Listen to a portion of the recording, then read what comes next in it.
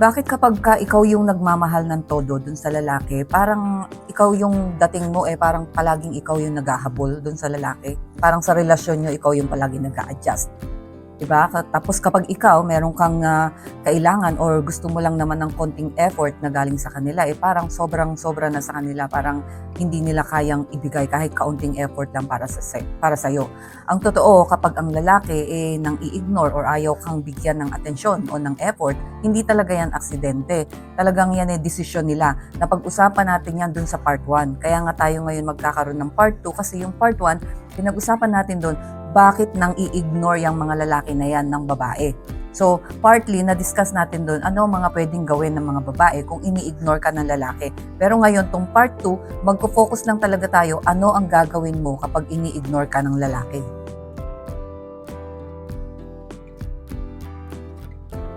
Ayan, welcome back sa aking channel. Ako po muli si Lorely, ang inyong Ate Lors. Very exciting po ang ating topic ngayon kasi nagkaroon ng part 2. Bali, ito po yung part 2 nung ating topic tungkol dun sa why men ignores us. Bakit tayo ini-ignore ng mga lalaki? So dun sa part 1 na yun, na-discuss natin yung mga rason nila. Bakit tayo ini-ignore? Ngayon, maraming nakarelate at maraming nag-comment na sana ay magkaroon tayo ng video kung ano naman ang gagawin nila kung nandun sila sa sitwasyon na yon na ini-ignore sila nung lalaki. So yan, dyan tayo magpo-focus dito sa part 2 na to. Yung ano ang gagawin mo. Magbibigay tayo ng 7 na mga wise na desisyon na pwede mong gawin or mga wise moves na pwede mong gawin para ma-handle mo tong sitwasyon na to kung sakali na ini-ignore ka ng lalaki, ng karelasyon mo, di ba? Kasi maraming mga babae ang nagiging anxious kapag ka ini-ignore sila, nandyan yung nag-overthink sila. Panay ang message, nagmamakaawa ng attention. Totoo, pag hinabol-habol mo yung lalaki na yan, mas lalo silang lumalayo, mas lalo mo silang tinutulak palayo. Kaya ngayon, sa video na ito, yan, sige, sisimulan natin, yan ang pag-uusapan natin, meron tayong 7. Pero bago yan, sabihin ko lang muna sa inyo, para kanino ba talaga ang mga video na to? Ito yung sa mga babae na nalilito na sa mga mixed signals na nakukuha nila sa mga lalaki. At yung palagi na lang sila ang nag-a-adjust sa kanilang relasyon. Tapos yung palagi, syempre, nasasaktan ka kapag palagi kang ini-ignore ka ng lalaki. Diba? At saka ito, yung gustong matutong bumitaw ng may dignidad. Yung gusto niyang ma-realize. Kasi alam naman niya alam naman yan ng babaeng nasa gantong sitwasyon. Alam niya, kailangan niya ng bumitaw. Gusto ko nang bumitaw, pero paano? 'Di ba? Yun yung kailangan mapalakas yung inyong loob, yung inyong emotional intelligence, ganun din mapataas ninyo yung inyong self-worth, yung tiwala nyo sa sarili nyo, yung dignidad nyo, at yung syempre, mabigyan kayo ng lakas ng loob na kayanin, na piliin ninyo ang mga sarili ninyo kesa dun sa lalaki. Okay, simulan na natin. Ang number 1 natin, tigilan ang paghahabol. Ayan, palagi nga yan na may mention. Na-mention yan sa part 1, na-mention ko sa introduction ngayon, tigilan nyo ang habulin, ang lalaking ini-ignore kayo. Kasi ito ang pinakamahirap gawin, pero ito ay napakahalaga na kayanin nyo. Kasi kapag nagpatuloy kang nagme-message kahit walang reply, nag-a-adjust sa kahit hindi ka priority, ikaw yung nagmamakaawa sa oras niya, sa panahon niya, sa attention niya, unti-unti mo lang tinuturuan yung lalaki na okay lang, nabaliwalain ka. Kasi binabaliwala ka na niya, pero nandyan ka pa rin. So sa lalaki, okay lang yan, pag kinailangan ko yan, nandyan pa rin yan. Kasi kita mo, sunod pa rin ang sunod. Ganun lang naman yung iisipin ng lalaki. Ngayon, ang self-respect ay nagsisimula sa pagtigil mo. Pag tumigil ka, ang ibig sabihin yan, nirespeto mo na yung sarili mo. Nirespeto mo na yung dignidad mo. Kasi tumigil ka na sa paghahabol at pagpapakababa ng sarili mo. Kasi pag hinahabol mo yan, binababa mo yung sarili mo. As in, sinasagad mo yung dignidad mo, binababa mo yung sarili mo. 'Di ba? Yung self-respect, nagsisimula yan sa'yo. Kaya pag tinigil mo yan, ibig sabihin yan, sinimulan mo ng respetohin ang sarili mo. Kasi yung iisipin ng lalaki, ikaw nga hindi mo binavalue yung sarili mo, tapos i-value kita. Ganun lang ng ganun din sa respect. Pag nakita nila hindi mo nga nire-respeto yung sarili mo payag ka nga ng ini-ignore kita payag ka nga kahit in-ignore kita. Sunod ka pa rin ng sunod. Wala kang respeto sa sarili mo. What more? Ako pa ang re-respeto sa'yo. Yan ang pwedeng mga isipin ng mga lalaki. So, tigilan ang paghahabol. Ayan, sa tingin nyo, tama nga ba na habulin ang isang lalaki na walang respeto sa'yo? Yung ini-ignore ka na. Ibig sabihin kasi talagang pag ini-ignore ka, hindi man lang nagpapaliwanag, basta na lang hindi sumasagot, basta na lang nawawala. Karapat dapat ba na habulin yan? Comment down below kung ano ang sagot ninyo at sabihin nyo na rin kung taga saan kayo para makilala ko naman kayo. Thank you. So, ang number 2 natin, unawain ang silence ay sagot na. Iyon na yung sagot. Kasi marami sa ating mga babae ang nag-iintay ng closure. Nag-iintay ng explanation. Nag-iintay na mag-sorry. Di ba? Pero ang katotohanan, kapag hindi na nagre-reply yung lalaki, kapag wala na siyang effort, kapag wala na siyang presence, iyan na. Yan na yung sagot. Wala ka nang iintayin pa. Yan na yung sagot nila. So wala ka nang dapat i-expect na sagot. Sasabihin mo, wala kaming closure Hindi malinaw. Ayan na nga, malinaw na malinaw. Ini-ignore ka na. Ibig sabihin, yan na yung message niya, di ba? Hindi mo kailangang pilitin ang taong ayaw magpakita or ang taong ayaw magparamdam. Kaya nga yan nawala or ini-ignore ka, hindi ka pinapansin kasi yan na nga yung message nila, yan na yung sagot sa tanong mo. Kailangan nararamdaman mo yan. Sana kayong mga babae, maramdaman nyo na kaya kayo ini-ignore, nagsesend na yan ng message sa'yo kasi wala silang lakas ng loob na sabihin ng derechahan na manggaling sa bibig nila or sa harapan na sabihin sa'yo na ayoko na sa'yo, tigilan mo na ako. Wala silang lakas ng loob na ganun. So kung walang lakas ng loob, ang gagawin yan, ini-ignore ka. Yan na ang sagot. Yan ang intindihin mo, unawain mo, isaksak mo sa isip mo. Sagot na yan. Kaya wag mo nang habul-habulin kasi yan na mismo yung iniintay mong sagot. Wala ka ng ibang iniintay. Okay, yung number 3 natin, wag mong i-personalize. Wag mong basta na lang itutok sa sarili mo ang sisi. Bakit kanya ini-ignore? Hindi lahat ng pag-i-ignore ay dahil hindi ka sapat o dahil may pagkakamali ka, may kulang sa'yo. Diba? Hindi lahat, ha? Hindi lahat. Kaya meron din kasing kasalanan ang babae. Hindi naman ibig sabihin na itong mga topic natin na to, palagi na lang lalaki ang may kasalanan. Kaya sa part 3, gagawa tayo ng part 3, ipapaliwanag naman natin doon ano ang mga posibilidad na naging kasalanan ng babae kung bakit lumayo ang lalaki, kung bakit ka in-ignore or bakit nawala ng gana yung lalaki. Pero sa part 3 natin pag-uusapan yan.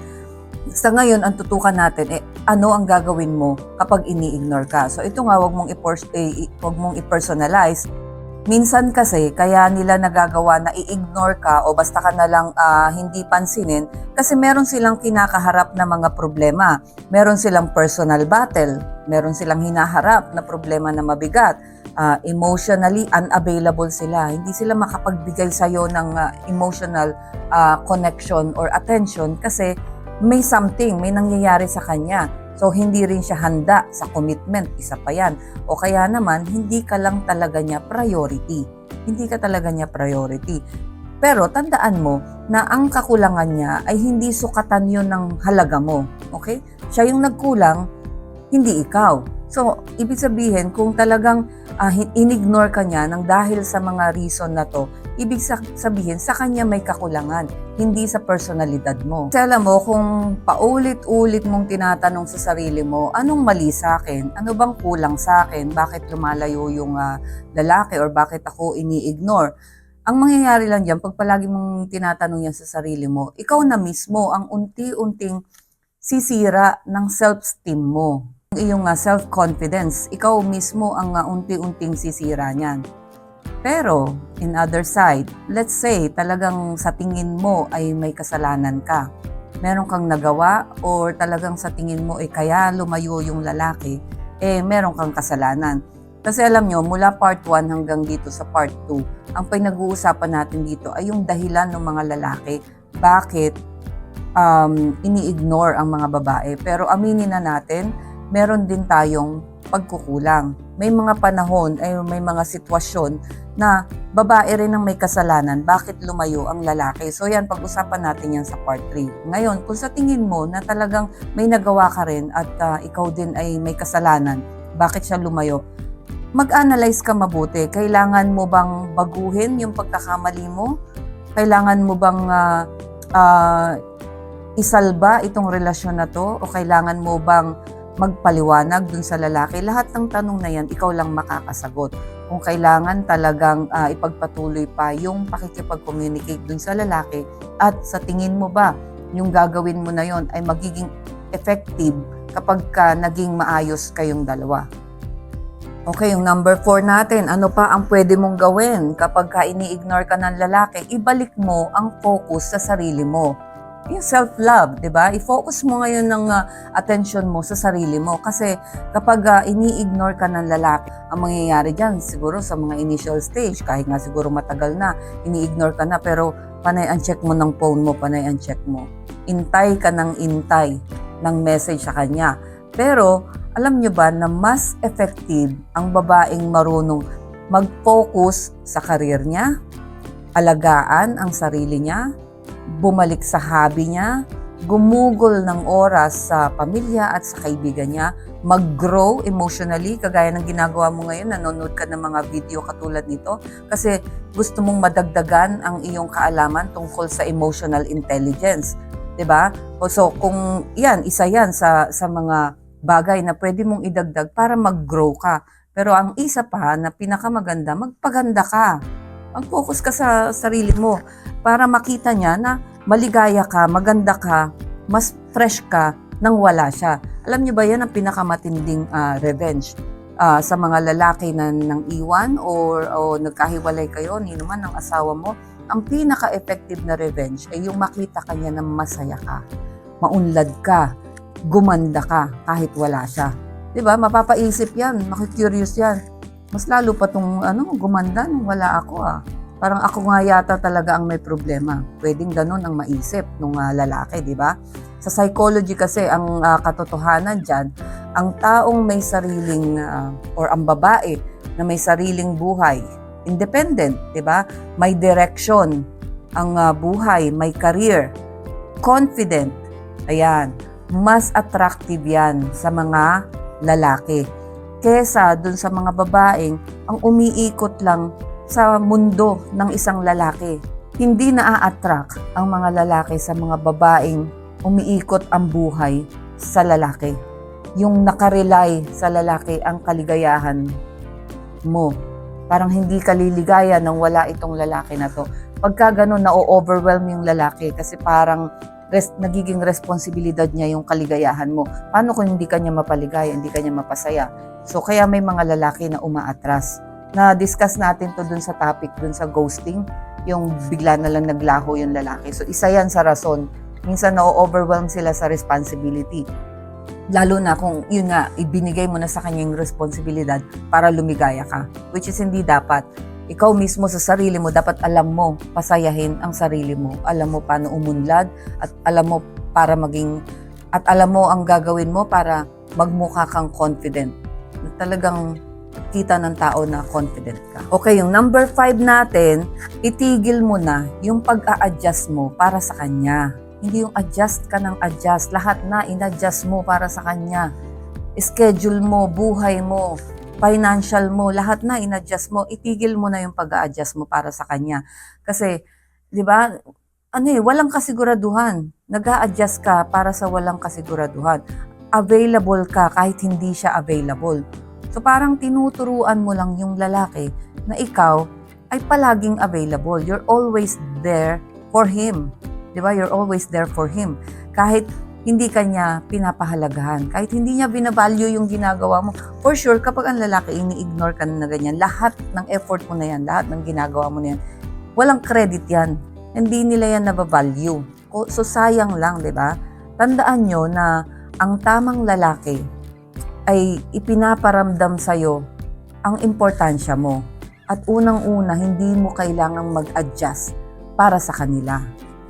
Yan. Kapag nasa tamang lalaki ka, mararamdaman mo yan na hindi ko kailangan mag-adjust para sa kanya. Pero syempre, in general, no, when it comes to relationship, partner yan, partnership, teamwork yan. Syempre, may adjustment. Alam nyo na yon. Pero napaka-specific ng topic natin ngayon. Yung ito nga lang, yung ini-ignore. Pero yung adjustment, andyan yan. Pero actually, sa relationship, mas effective ang pag-a-adapt kaysa pag-a-adjust. Kasi we cannot change anybody. Hindi mo kayang baguhin ng isang tao. Magbago man yan para sa'yo, maximum 2 weeks, babalik at babalik yan kung anong gawin yan, kung anong behavior niyan. So, mas maganda, mas effective yung adapt. Yung i-adapt mo kung ano siya, tapos i-adapt niya kung ano ka.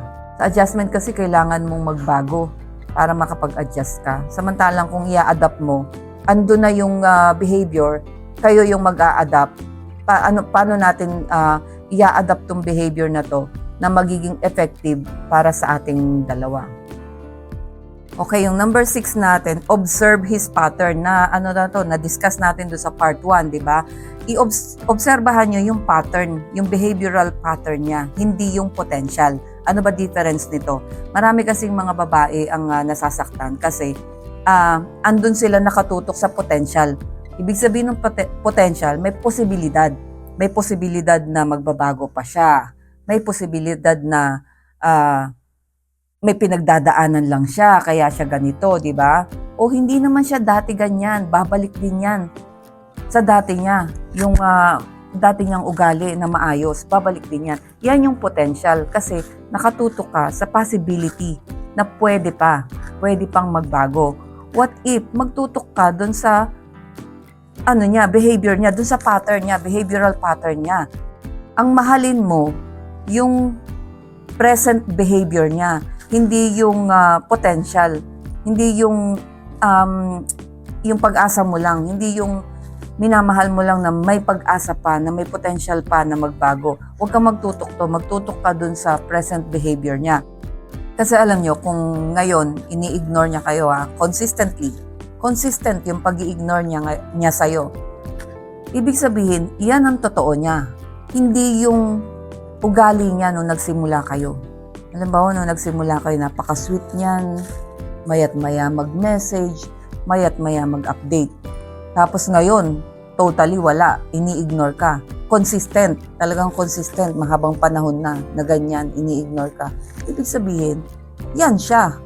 Yan yung behavior niya, yan yung kanyang ugali.